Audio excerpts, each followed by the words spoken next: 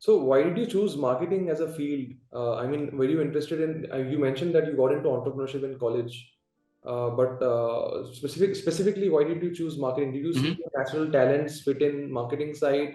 Did you try more fields before this, or was it like a trial and error approach wherein you tried something before did not work, now you tried marketing and it started working? So I would say about 10 years back, my current co-founder Mayank and I, we dreamt of building out this portfolio of businesses together. And उसमें हम लोगों ने इससे पहले हम लोग operations consulting पे काम करते थे. So we had a good idea about how operations, or let's say the back end of a business, is supposed to work. We were mostly doing it for manufacturing businesses, but coming from an industrial engineering background, we also had a good knack of operations and supply chain in other industries as well. So operations एक तरीके से sorted था. Marketing was something that was new to us, but when we were selling and building our own businesses, we could see that we had a knack for communications. People enjoyed speaking with us, spending time with us, and we felt like that is let's say a budding strength, if not a strength already. So communications has been something that has been a strong suite for me. Right from childhood, I would say. So I think that was always on the back of the mind, and it was interesting to see how can we use that and build something in the content marketing space. So that was and like I said, क्योंकि online attention shift हो रही थी, we were spending time watching a lot of so like Gary Vaynerchuk was a big influence early on, and his thesis around shifting consumer attention, how it creates space to build new brands, that sort of inspired us to look at the internet कि India में internet में क्या चीजें हो सकती हैं. And yeah, content was something that we immediately attracted to. Mayank is also a great communicator, and he has been interested in the field of, I would say, he did theater at college. He again was a good communicator at college as well. So I think both of us had this knack for communications, and online marketing sort of excited us because there was this new thing that was happening with Geo leading the internet revolution in India in 2016. Yeah, got it. So, the whole idea behind this podcast is to kind of bring in people from different field and talk about how marketing relates to their field. So, you as an agency owner, and now I see that you have also partnered with other businesses and helping them out with operations and marketing, communications, and all of that. Mm. Um, how do you also see your agency and the requirement of your agency to be marketed? As an agency owner, I'm sure you must be thinking about how to bring in more clients, how to market your brand, how to market yourself, how to market what you offer, how to market your services, and all of that. And also the work that you're doing, the results that you're bringing in for your clients, marketing that, and creating a loop sort of a thing for your own agency. How are you doing that actively right now? And I just want to make sure that if there's someone else who wants to start an agency, they should have a Mm. fair idea कि agency को market कैसे करते हैं, right? Because I was doing marketing services before for a very short period of time, one and a half year. And one of the things that I really struggled with was because I was solo, I did not have any co-founder. Mm. What I was struggling with was कि services to अच्छे से deliver कर रहे हैं. The things that I'm offering is fantastic. I mean, we are delivering results, but how do I also kind of pitch that back into the loop so that more people are discovering what I have to offer? So how are Mm. you thinking about that in your own agency, Abhi? So पिछले 5 साल में हम लोगों ने the goal of the agency was to work with businesses enough and then sort of move on to become a business partner of sorts by taking equity stakes in these businesses.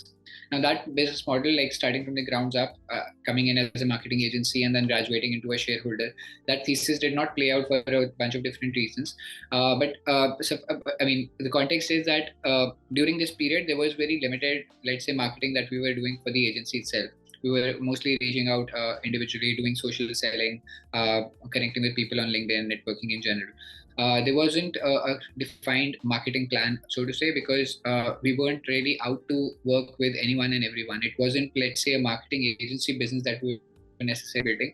We were trying to figure out what does it take to build conscious businesses, starting with the communications wala background initially, but almost all of the businesses that we work with, we were fairly deeply involved in operations and strategy and things that were directly directly related to marketing, let's say, but were more about business building. Now, after the last 5-6 years, we've had some success in building direct-to-consumer brands, especially in the 0 to a few crores kind of market run rate, average run rate, monthly run rate. So, उस space में, now that we have understood what it takes to sort of do that, let's say across 3 broad verticals, की performance marketing, yeah, ads, social advertisements, we are able to do it with fair bit of success. Then let's say email marketing, or let's say content creation is another vertical that we have found some success with, and the third experience could be customer experience. Now I'm thinking of productizing those services, and which means that instead of like doing a retainer like a typical agency, what is the defined scope around which we can deliver over a few weeks timeline, and we are creating those microservices which are easy decisions for a marketing manager or growth marketers to say a yes or a no to, and basically plug and play those content solutions into their businesses. Now, for that, for those productized services, the kind of thing that has, when it comes to marketing plan for that sort of an agency, abhi, matlab, in overall scheme, what I see is ki Mensch Ventures exists to build these conscious businesses, and whatever we are learning, we are essentially trying to share that with others to help build their businesses through the agency. And in that sense, it's a content play, and most of the marketing that I'm doing around it has to do with creating social media calendars, identifying people that you would want to stay in touch with, how to find conversations to tap into, and basically do basic bit of community engagement to get the leads flowing in, and that's the direction that I see this agency business taking. So basically productizing those services and then creating content around those core services that essentially builds a funnel back to your websites and landing pages where people can shop these services on their own in a more or less self-serve fashion is what we are getting at. I hope that gives some context. Yeah. So where are you putting out these content right now? On which platform are you putting this out? So we are posting most of this content on Twitter and LinkedIn, and this content is going through individual profile in the business. So there is that, and then a lot of the content that, so for example, we're working on these pillar content pieces, which is like a really long blog.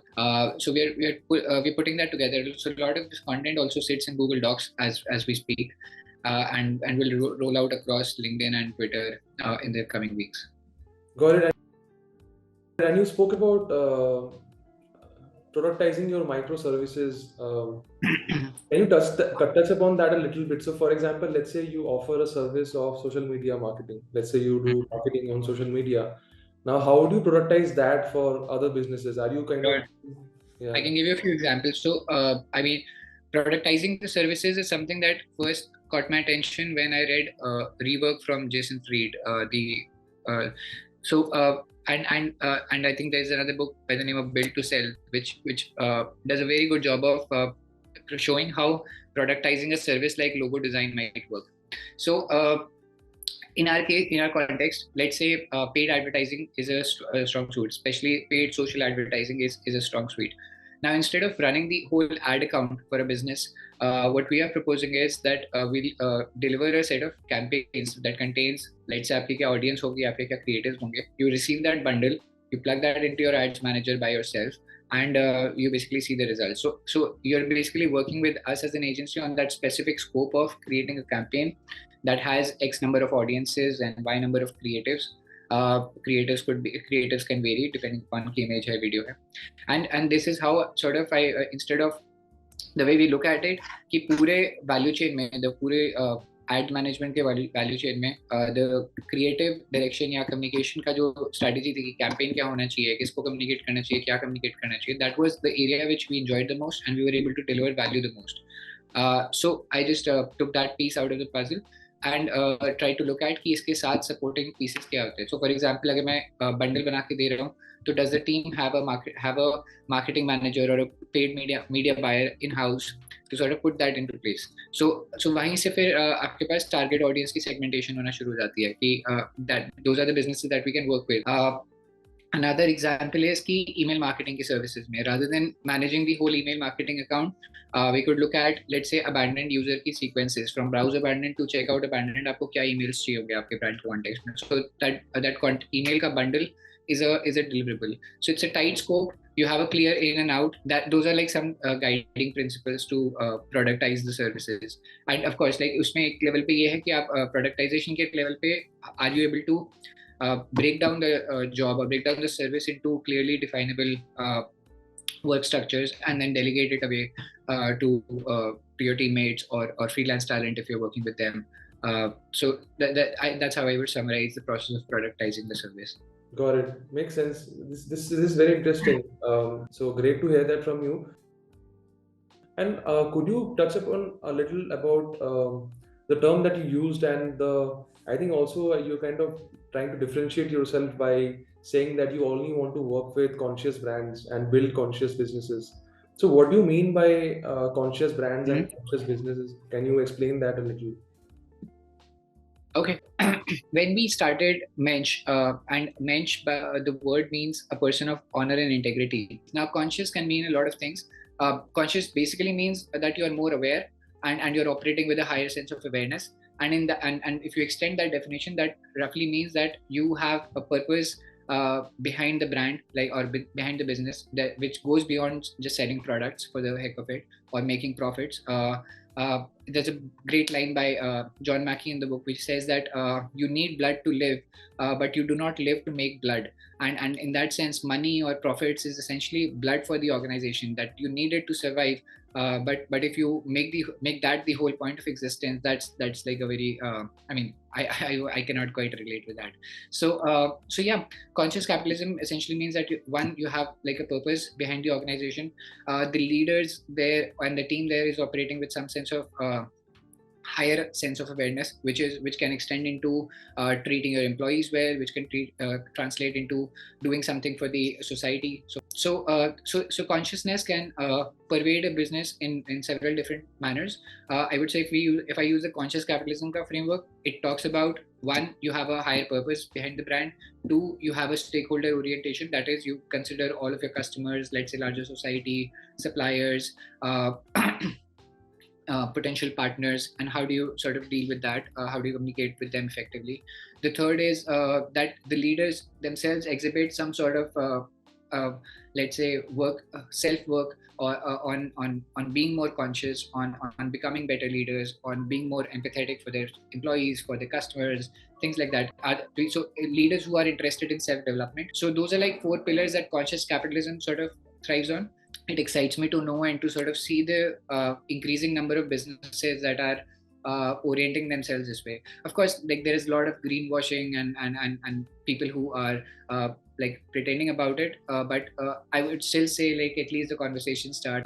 So I look at it that way, and but yeah, like I said, the number of businesses that you can look at and call them conscious has been growing in the last 5-6 years that we've been around and been in the community.